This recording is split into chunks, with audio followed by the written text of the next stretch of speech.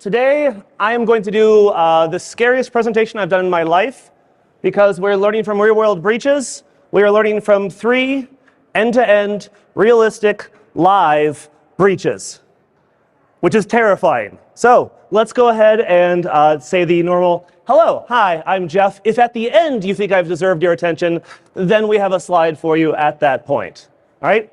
So a quick distraction, and then topics. We're going to have 3 different breaches demoed and lessons learned from each of them. All right? So we'll have introduction, demo, lessons learned, repeat. All right? So why this talk? Why end-to-end breaches? Far too commonly, people come from the defense, admin, or incident response, one particular area, and they so rarely see actual end-to-end breaches. They don't understand, they don't grok, as they say, what a real end-to-end breach looks like. Sometimes we give a lot of credit to attackers, right? The advanced persistent threat is, in general, only as advanced as they need to be. Sometimes the simple stuff works, right? And I want you to get the feel of attackers just behaving fundamentally differently than real users, all right? Adam Mashinchi and Katie Nichols just gave a talk on how pen testers and red teamers act differently than proper villains, I think is the phrase, right? And oftentimes we don't understand that difference. I think it's an important difference, so I want to go over that, all right? So some definitions. Some people say proper villain or attacker or adversary or threat actor. I'll just say attacker, right? Pen tester, we have the goal of improving security, but we do some attacker emulation, simulation, etc. Let's not get into pen tester versus red teamer right now. And before I define breach, let's talk through a couple things first, right? So our first breach is not all that complicated, right? As a reminder, in general, of course, it depends on the attacker, but for the most part, attackers want access to your data. Read-only access is fine if they just want to exfiltrate your data, but read-write access to data that's not backed up, that's what ransomware needs, right? Ability to encrypt in place, or you do get the double whammy nowadays of encrypt your current data and exfiltrate the unencrypted data. And sure, you had backups I didn't know about, but do you want your C-suite's emails leaked? Pay money twice for that one. So that's fun. So let's do a quick demonstration. Since I talked about different types of data out there, whether it's Elasticsearch or MongoDB, it turns out there are sites that index this stuff together. So I'm going to first go to one example, Gray Hat Warfare. Gray Hat Warfare indexes a lot of available information like OpenS3 buckets or Azure blobs. DigitalOcean has an equivalent, right? And they index this stuff so you can do real-time searches. But sometimes it's easier than that. All of OpenS3 buckets are a subdomain of Amazon or s3.amazonaws.com. So what if I just searched for file type XLS, Excel spreadsheets that say SSN as in social security number? Sometimes all it takes for a breach is, let's scroll down a bit. No, there's only 73 results because there's a lot more that's not indexed by Google, right? But if I scroll down a little further, technology, template, less interesting, template, database stuff, purchase requisition, IM live, wait. Student ID, SSN, first name, last name, date of birth. I am intrigued. I will open that link. All right. We see a redirect to WordPress content something something. It's slowly downloading over the South Dakota Wi-Fi. I open it up, and once Excel opens, sometimes that's it. All right. We have far left, student ID, social security number, first name, last name, date of birth, email, phone number, street address, city, postcode state. Looks like this is somewhere in the state of Oregon. I mean, that's a breach, right? Now let's think about something for a second here. If that's a breach, then the most important thing about the definition of a breach is you don't get to define it. The media does. Right? Sometimes compliance, legal, et cetera, breach disclosure laws, et cetera. But the most important thing is you don't get to say, no, no, no, that wasn't fair. We had a trusted third party that made a copy and they happen to have unsecure storage on open S3 buckets. Sometimes the data is just directly accessible. To be fair, sometimes it's not, right? So oftentimes, attackers usually need three things, right? If the goal is data, and the goal is internal, right, the data is inside your environment, then the attackers need internal access. Because, look, there's a lot more attack surface, there's a lot more data, there's a lot more copies of the data that attackers care about inside your environments. They also need privileges because, look, not everyone has access to all of the PII, all of the emails, etc. Right? Look, the people talk about Lockheed Martin Cyber Chill King trademark. Right? People talk about MITRE ATT&CK, and MITRE ATT&CK is great for a common language to describe attacks. But you don't have to play, attacker's going to do all of these things. Attacker's going to do whatever it takes to get the data. Sometimes, yes, they'll try the easy stuff first. And yes, for the record, just like we saw in Googling things, if the breach data is directly accessible, I'm sorry, but curl or a web browser is the breach utility of choice. Sometimes it doesn't take all that much. All right? So let's talk through a second breach. And we're getting a little bit more complicated. It's more than a Google search and clicking on a link. All right? You may have heard about Exchange is having a bad time again. All right? So there's proxy not shell is the latest named vulnerability. Thanks to Gossi the dog for that one. And there is an NSE script that allows you to check if a box is vulnerable or not. Because there is no patch available from Microsoft. There is a mitigation, or rather, there's two mitigations, and the first one that Microsoft put out didn't actually work because they forgot that you can encode characters in URLs. So that happened, right? Look, I'll be blunt. If you have on-prem Exchange, this is an aside for a moment, assume breach. I'm sorry to say that. I am a sysadmin in my heart of hearts. I want to control all the services, have them on site, and not pay for all the software as a service. But Exchange is just too much attack surface to expose to the outside world. It's too many lines of code that attackers can interact with. There will be more flaws. And to be blunt, Microsoft doesn't give nearly as much love to the on-prem products because they don't get paid monthly for them. All right? Financial incentives, to some extent, are the ones that matter.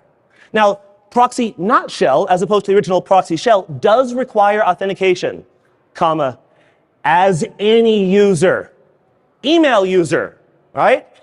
So at that point, it doesn't sound all that bad because breach data exists, right? Combination of many breaches is one set of breach data, and it's email address : password is a very common format to use here. So of course, I have combination of many breaches and lots of other breach data, and I use it often for penetration tests. It's a great kind of first way in.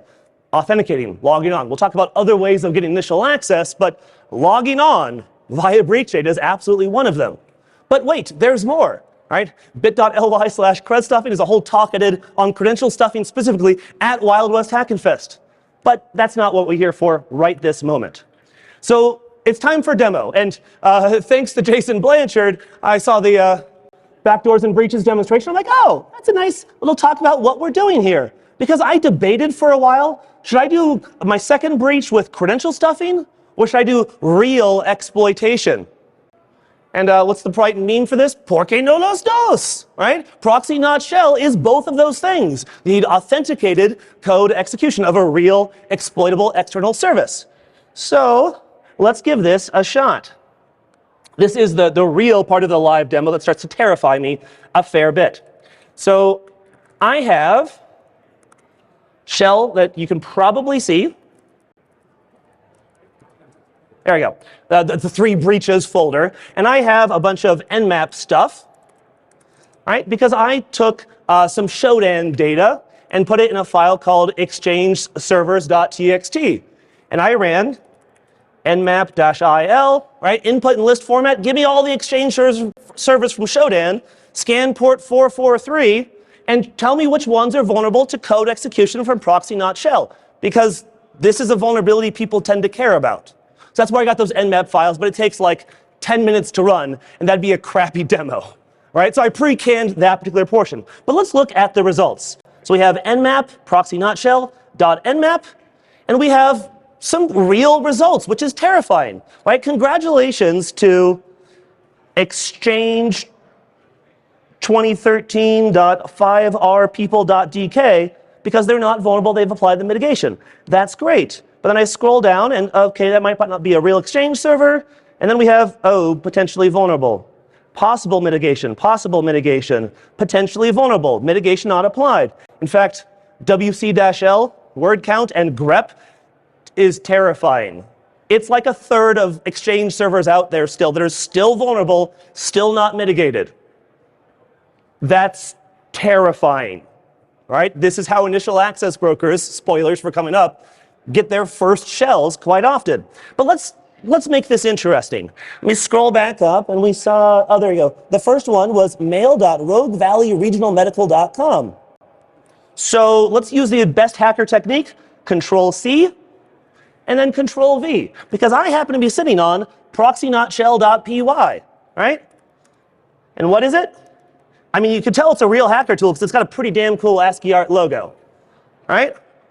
So we have where we point to the breach data, the combination of many breaches, email address, password, the domain to search for, because this is authenticated code execution, and we have the target. So let's run, --target, mail.roguevalleyregionalmedical.com, --domain, get rid of the mail part, and --breach data, combination of many breaches, -combined.txt, the file name in this folder. So, YOLO, demo gods. All right, so we confirmed it's online, confirmed it's vulnerable. Now we're filtering. We have that combination of many breaches, email address, password. Okay, now I have a new subfile, and oh.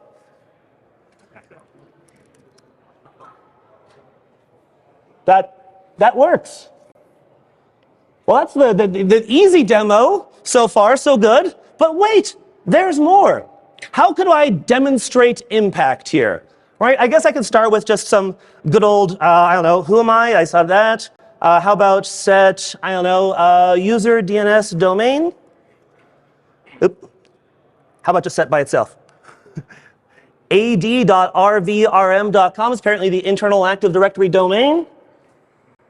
Oh, and the computer name internally is Exchange 2016. They're not even up to 2019 yet. Suckers. So how do we demonstrate some impact here? Let's keep things fun. Keep things light, nothing too crazy here. And there's a binary called memes, memz.exe. Kind of got popular for a while on some YouTube videos. What does it do? It gives a lot of messages on screen talking about you've been exploited, etc. And then it swaps out the bootloader. So let's go ahead and give this a shot, kind of see what happens here. So I'm going to use bitsadmin. I have a command line available, and kudos to Dave Kennedy talking about living off the land binaries and scripts, because bitsadmin is what I want to use to transfer here. So I will start a new transfer job. You have to have a name. Let's do 1. And let's type that darn URL, because copy-paste sucks with some exploits, this one included. vvlins.memz/raw/master/memz.exe. The place to download it, C Windows temp, because that's where I'm going to hide if I'm the attacker. All right, and then when it downloads, double ampersand in CMD means if the prior command runs, then run the next one. All right, bitsadmin is deprecated, but it will still exist forever. So I'm not terribly worried about that. Transfer complete. So I don't have access to the GUI of this victim machine, but I do happen to have another VM that I already loaded memes.exe on. So let's share that. Here's the memes victim.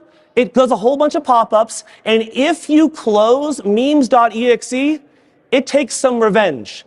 This is an unsupported stop code, blue screens the machine, it reboots, and what do you get? It's awesome. Let me get close to the mic, to the speaker here, because it replaces the bootloader, as I said. Your computer has been trashed by the memes Trojan. Now enjoy the Neon Cat. That's it. Oh, it's doing audio over HDMI. Nope, we're fixing it live. This is very important for the presentation. It actually plays Nyan Cat music the whole time. Okay. I hope you'll agree that is a demonstration of impact, right? That would be a bad thing to come into work one day, check by the server room, and why is the mail server down and why is Nyan Cat on screen? So that's two, that's demo two, and let's talk a little bit more about what's next, right? And again, we got, just in case that failed, we got the victim perspective there of Nyan Cat all day long. That's it.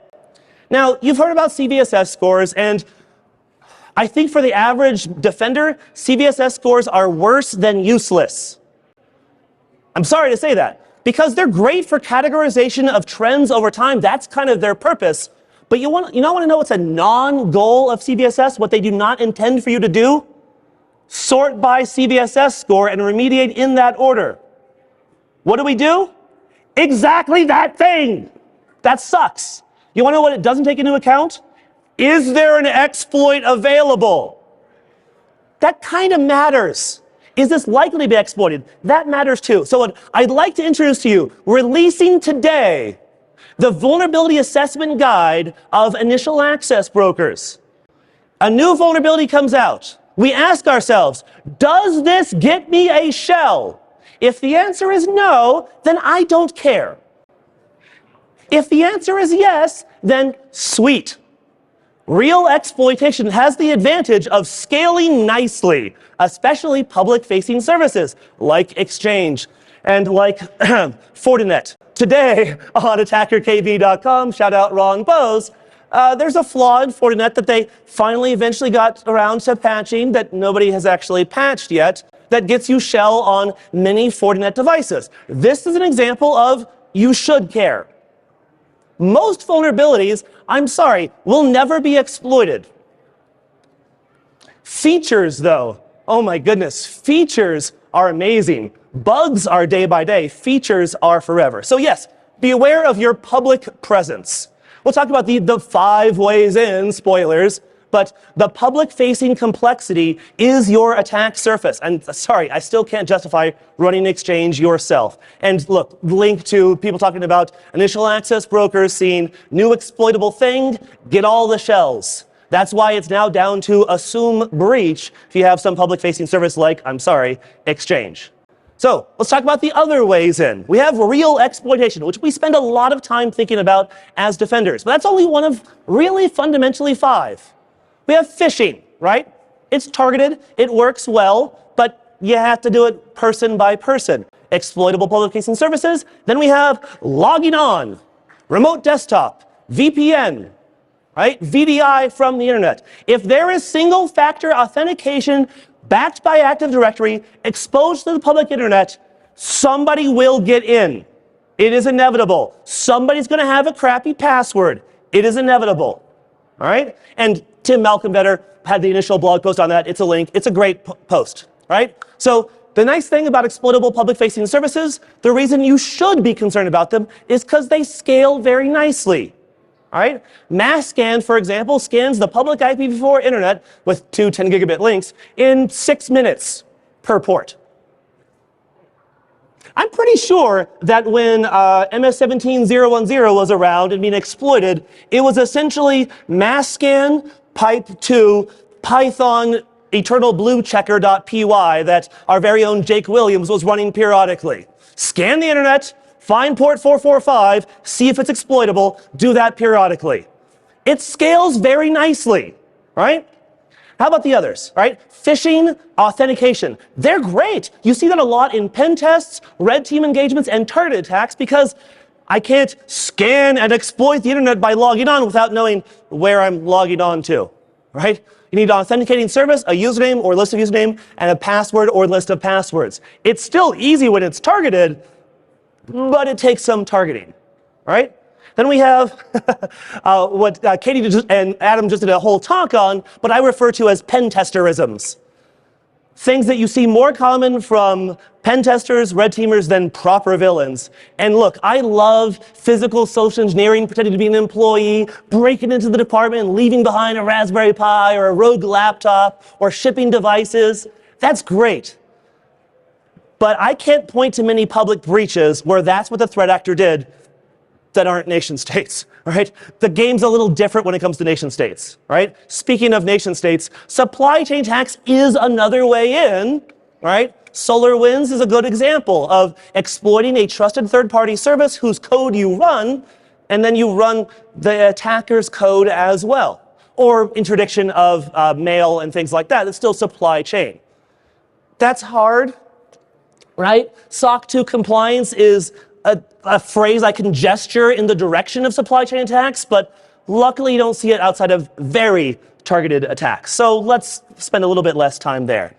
And now the part that terrifies me to the depths of my soul, let's do the third breach. Because this is what we think of as a real breach end-to-end, complete with pen testerisms that Katie will make fun of me for. So first thing I want to say is command and control does not mean real attacker software. It means whatever the hell you use for a command and control. I'm sorry, but the world's most popular command and control is not Cobalt Strike, it's not Mythic, it's not Sliver. I do love Sliver as well, all right? It's TeamViewer. Persistence mechanism and command and control built in together in a signed binary, that's great.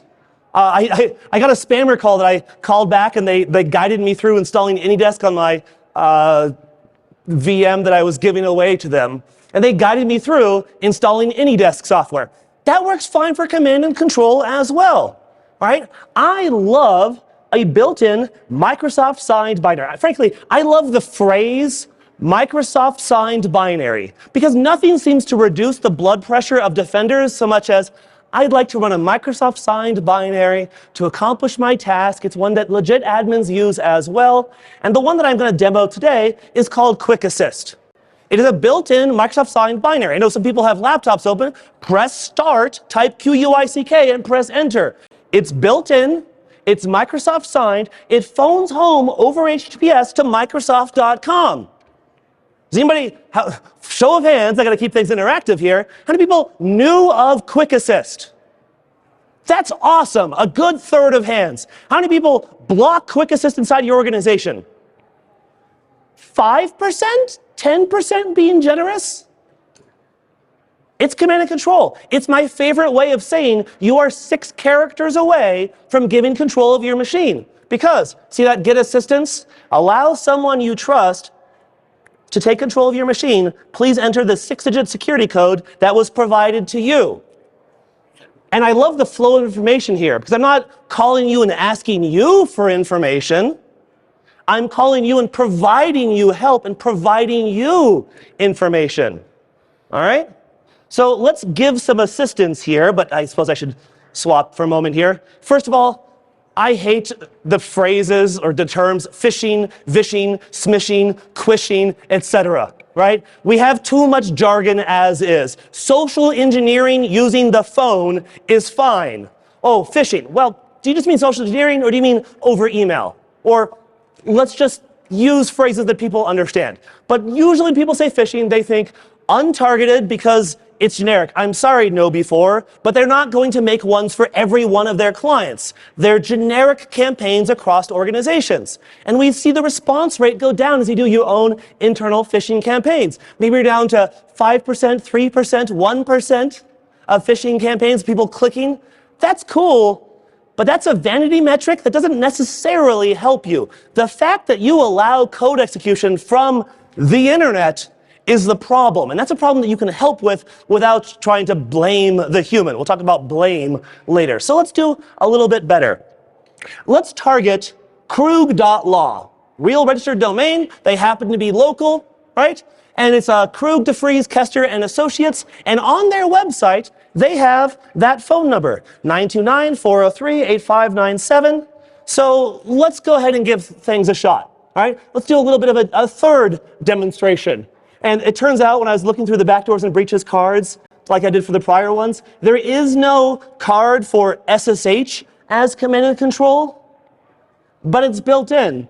So let's see if we can use that, right? Let's do a little bit of hard mode and see if we can do nothing but Microsoft signed binaries on endpoints. We're going to get our way in through phishing, not email-based phishing, but I don't have a card for over-the-phone phishing. We're going to do some Active Directory stuff afterwards, but let's give it a shot. So I am going to make a live call here. It's a little terrifying. I'm going to have to move fast as I'm on the actual call, okay? Because I can't pause to explain and have a lot of questions coming in, okay? All right. So, was that number? 929-403-8597. Okay, so I'm going to try to get them to use Quick Assist. I'm going to try to get their password out of them because I just want to get network access and I'll take it from there. Because once you have access as one domain user, a whole new world, a new fantastic point of view opens up to you. You have a lot that you can do and no one can tell you where to go. You're in a whole new world with you. Anyway, let's go ahead and give this a shot. Okay, so I will have to be focusing on this for just a moment. All right, calling. Speaker.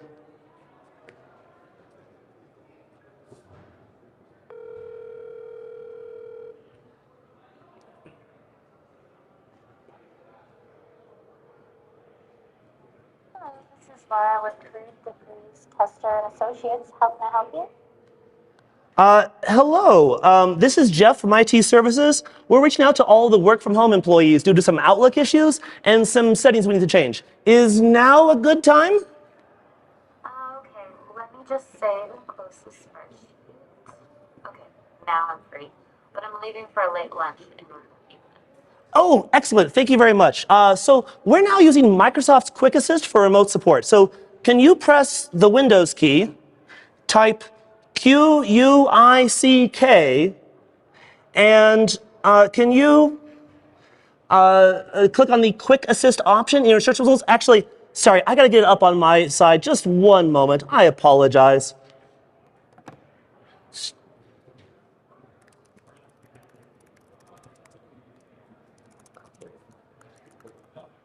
I'm so sorry about this. One more moment. Okay, I do have that up and running now. Are you still ready for that number? Okay, excellent. So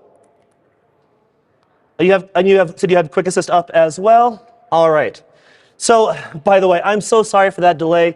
It is nice though when somebody understands tech, but be careful. If you understand technology too much, you end up being tech support for your whole family, right? Yes, I can definitely relate to that. Oh, it's too true. Okay, so anyway, I have generated a 6-character code whenever you're ready to type it in to Quick Assist. Ready when you are. Okay, the code is 01M08K. Do you got that? Got it. Waiting. Waiting, okay. Looks like you can see my screen now. Not quite yet. One moment. Not quite. Not quite. It's still connecting. It can be kind of slow. My home internet, it's got problems sometimes. Let's see. Still, it says it's waiting for you on your side.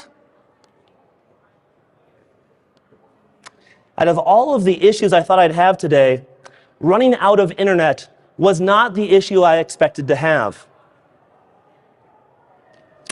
All right, well, I'm sorry, but it looks like I'm going to have to break to another call at the moment. I'll have to call you back later. My apologies, sorry about that.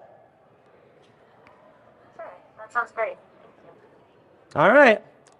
So there is a phrase for what just happened. I'm done with the phone call, and it is the struggle bus. I thought it could happen. Now, there was a slide that I went over really, really quickly, right? Remember the distraction? The distraction is I'm not actually exploiting real customers or people that aren't aware of the exploitation. The fine print is I have permission. It's targets that I'm aware of, that they're aware of, etc. So let me cheat. I hate to cheat like this, but I need to cheat to show things off. So let's go ahead and cheat. And I actually have access to this machine out of band as well. So this is the victim machine, and Quick Assist and the Wi-Fi gods, along with the demo gods, are feeling rather punishing. So let's say that I had access, and what I'd like to do to start things off, right, is verify that I have some connectivity. Maybe I'll do something like WinVer. Visually see this is Windows 11. 22H2, the build. It's the latest and greatest from Windows. Thank you. It is the absolute latest and greatest from Windows. So let's go ahead and go on from here. I'm sorry, Laura did not get the phone working properly, but we'll move on for now. All right? So I'll switch back over. Should still be able to see the screen now. There we go. And since I said that, well, the next line after we got connectivity was, I will take a few minutes for the connection. Oh, it looks like Outlook wants you to re-authenticate because Quick Assist also gives you copy and paste. So the next thing I was going to copy and paste was inside of PowerShell, another living off the land binary, right? Zoom and enhance. We have the script for Outlook reconfiguration. What happens here? It prompts you for a password. Credentials are required to perform this action, Outlook reconfiguration. So I asked poor Laura for her username and password. And for now, I'll just go ahead and type it in, including her password itself.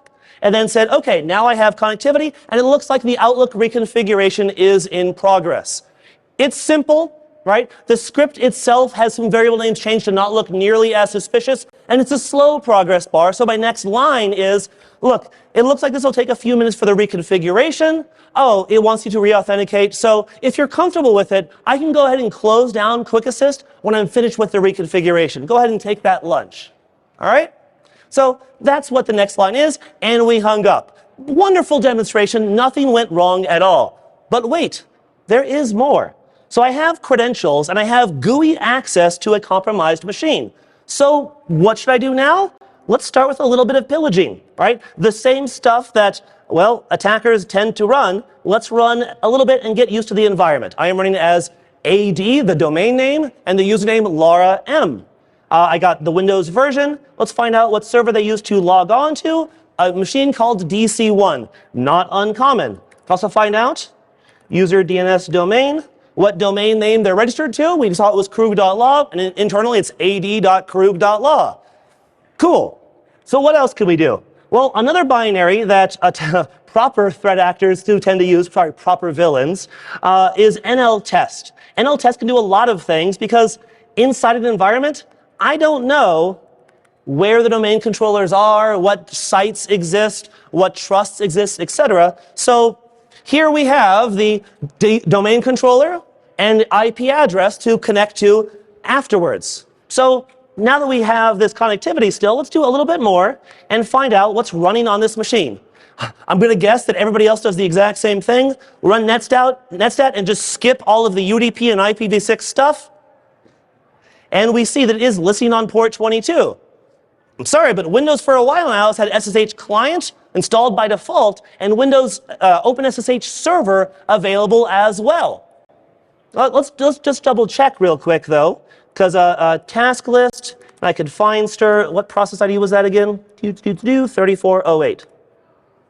And it is the SSH daemon. This is enough. I don't need anything more for my command and control. I think it was Hal Pomeranz recently said that SSH is great for admins, for defenders, and for attackers too. All right? One of the lesser known commands is SSH with -D. dash capital D sets up a SOCKS proxy, gives you the network perspective of the SSH server. So what server do I want? Well, I want the port 1080, and the server is localhost. Why? Because the internal network perspective. Look, out of all of command and control, if I lost everything else, the most important thing to me from command and control is that internal network perspective. And it turns out that's actually enough. So I SSH in as Laura, enter Laura's password that we got in plain text with $pass, by the way, I less than 3 Isla. It seems like a pretty good password. So I know that password because I prompted. It was just continued social engineering, right? So now I have SSH, but why do I have a SOCKS proxy locally? Because I want to bring that SOCKS proxy to a machine under my own control, because proxies are amazing. So SSH-R brings a service that the client can see to the SSH server. So I'm going to bring to the same port on localhost of the SSH server, victim at, and I have a domain, drdairy.com. Why? Because it's already categorized as healthcare. It's an expired domain that I purchased. And look, this is not real HTTPS, but at least it's port 443, and it's too common to have just allowed outbound connectivity. So we have prompting for a password, victim at drdairy.com. Now, I have a shell. I don't actually care about that shell. I don't actually care about Quick Assist anymore. I can go ahead and close that down, leave this running, and let's go ahead and do a little bit of a speed run breach, as it were, and figure out what's next, right? So I'm going to switch over to my server view. If I stop redirecting windows, go ahead and SSH in. I have key-based authentication as username root, not just as username victim, because on my own machine now, I have port 1080 listening. It is essentially a VPN service that allows me to go inside the client environment. And I also have installed a utility called proxy chains. I hate that it's necessary sometimes, but it allows you to intercept network calls from any arbitrary binary. Like if I just ran nmap, here, let me zoom and enhance a bit more.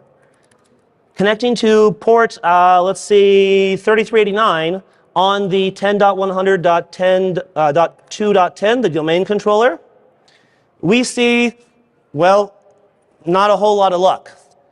Filtered, host themes down. Why?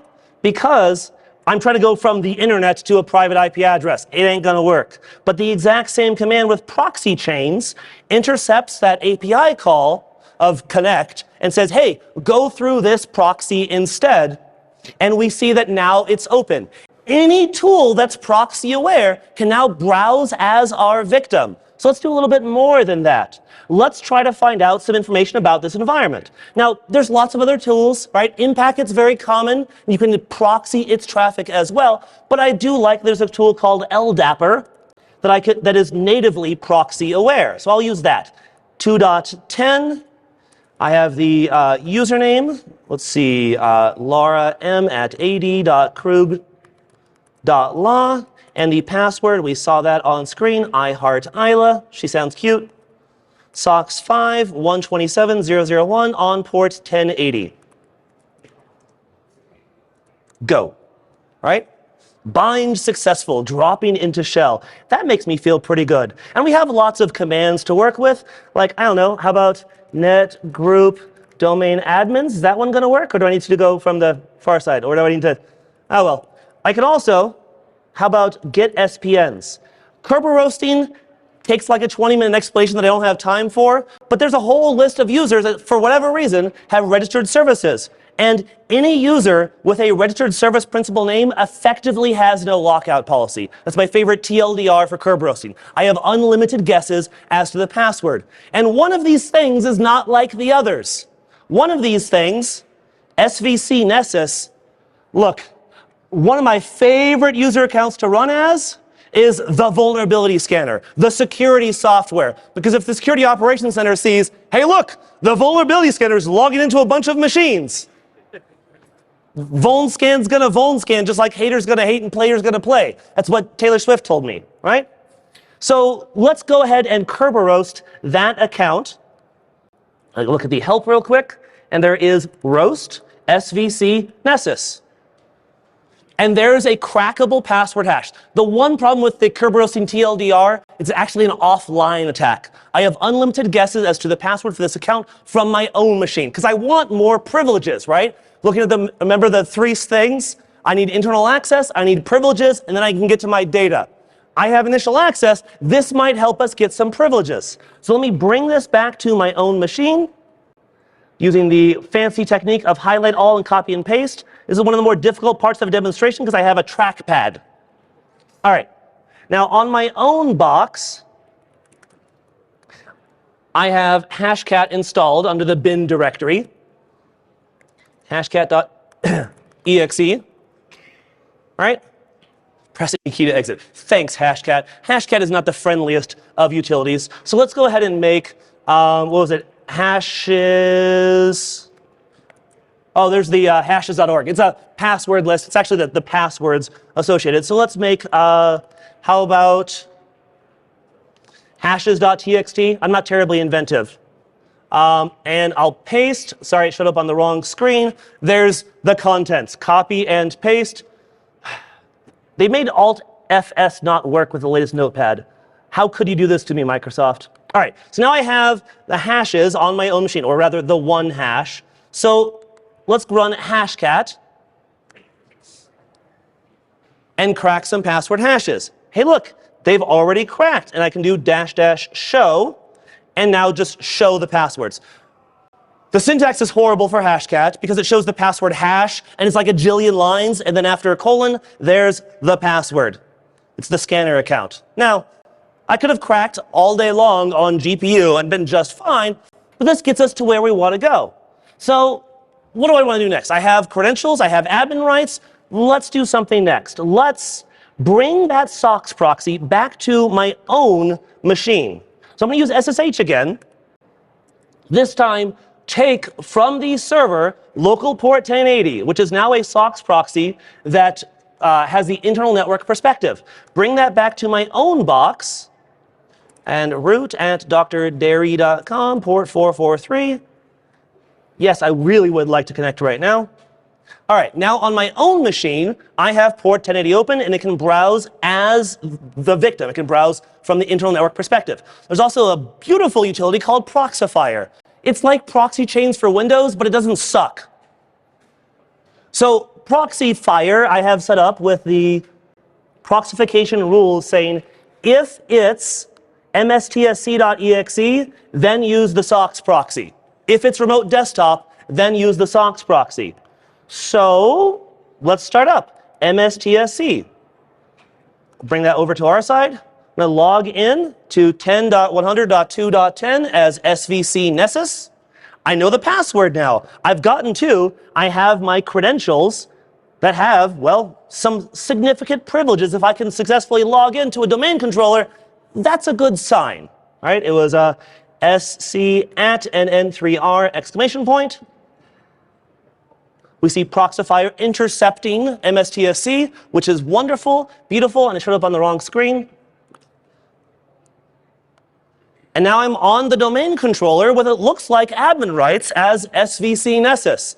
Now it's unusual for a vulnerability scanning account to log in interactively, but if there's a detective control, they only have so much time to respond before things get real bad when an attacker has domain admin interactive session on domain controller, right? I could ntds util from here. I could do lots of things from here. First, let me close the horrible server manager that should never have existed, and I'll bring up group policy management, because I want to make a good demonstration of impact here. Let's do some group policy.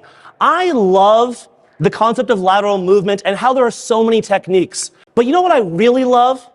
Host A controlling host B without talking to host B. Ever. No network communication. Because all domain joined machines contact the domain controller to process group policy periodically. So if I just change group policy, everyone will comply. I like making machines compliant, right? So let's edit the default domain policy. The sysadmins in the room, no, you're not supposed to do that. Now let's go to computer, preferences, and there's a wonderful little thing here, and under scheduled tasks, Microsoft added the idea of an immediate task. An immediate task is PS exec for group policy. Run an arbitrary command. Okay, how about the name ransomware? How about I start up Notepad and let's have a script that does some not so nice things. How about this? This is a lot on screen, I know.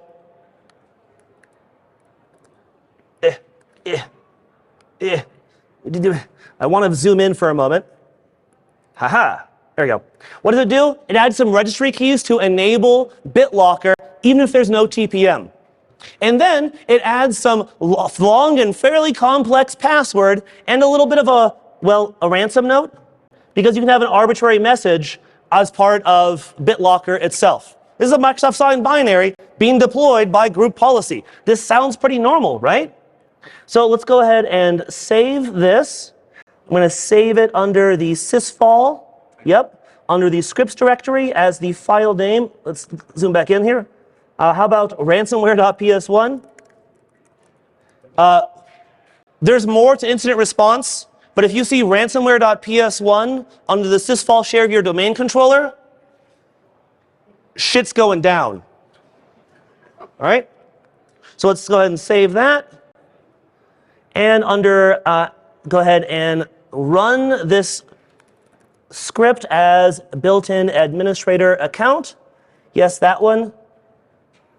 Run with highest privileges, whether your user is logged in or not. Actions, let's go ahead and run that script, ransomware.ps1. No arguments necessary, it's a PowerShell file. Okay, okay. This is going to be a very interesting environment in the next 30 to 90 minutes, unless I refresh group policy ahead of time. So that's the impact. There is now BitLocker with a password that nobody knows throughout the environment. Fun fact, you don't have to wait for encryption to be complete. It just has to have been started. The script ends with shutdown/r/t0, and then you're at the bootloader, the BitLocker bootloader, with a password that you don't know. So I'm going to call that still on the struggle bus, but in the right direction of the struggle bus. Let's get back to the third demonstration. All right, demonstration time. And from the victim perspective, I took a screenshot afterwards. This is what happens when you make it to reboot. Your operating system is encrypted. To obtain the recovery key, please email me. This is not my marketing strategy. It would probably not go over terribly well. All right, I still have some struggle bus. I'm glad we all boarded together. Would you like to know more? I did a whole presentation on top Active Directory attacks, and look, Kerber roasting, golden ticket, silver ticket, and credentials in shares. Like, I'm sorry, the Uber breach was, I think that's part of Dave's talk, if I recall. Hey, look, credentials in a file share. It's literally every pen test I have ever. It will happen, right? There's other talks on that, but I don't have time for that today. So you might have the takeaway, well, we're kind of boned. This sucks. And that's not the right approach, right? But look, there was no malware displayed today. Okay, memes.exe, but that was the second breach. And for the record, Windows Server 2012 R2, that box, has no defender deployed by default. I'm at 50 after, I will take my 5 remaining minutes, right? Very few forensic artifacts, and the ones you're not usually searching for with quick assist, right? And oftentimes phone calls themselves aren't logged. Phone-based phishing looks forensically like a rogue employee, right? They just took actions out of nowhere. So here's my counter. Sometimes we jump straight to blaming others as an industry. Like, hey, if John hadn't clicked that link, if Laura hadn't answered that phone call like she's required to do, then this wouldn't have happened. They should have read my pen test report. I told them about this. That's on you to describe it better, right? Self-blame is bad for my mental health, but it does help with my clients. So I love this quote. Shout out to Brandon Sanderson. What's the most important step you can ever take in your life? The next one. Always the next one. Another way to phrase this. Yesterday's accomplishments are today's baselines. It's okay if a journey takes a lot of steps. A lot of really important journeys take a lot of steps. Just keep stepping, right? More realistically, we do behave different, attackers behave fundamentally differently than regular users. We saw SSH client usage, right? We saw things like, who am I, NL test. Who runs NL test legitimately inside your environment? I love the sensitive command canaries by Canary tokens, available for free. If you start nowhere else, start there. Bloodhound is a thing, I don't have time for it. Blocking Bloodhound is a thing, I don't have time for it. Lessons learned, exploitation scale. That's why initial access brokers exist, because then they can exploit the internet and sell their first shell for $100, right? bit.ly/find attackers is my last year's talk on finding the attackers. And the DFIR report is a great place on those commands that real-world threat actors, proper villains, actually use, that many of which you probably don't use internally.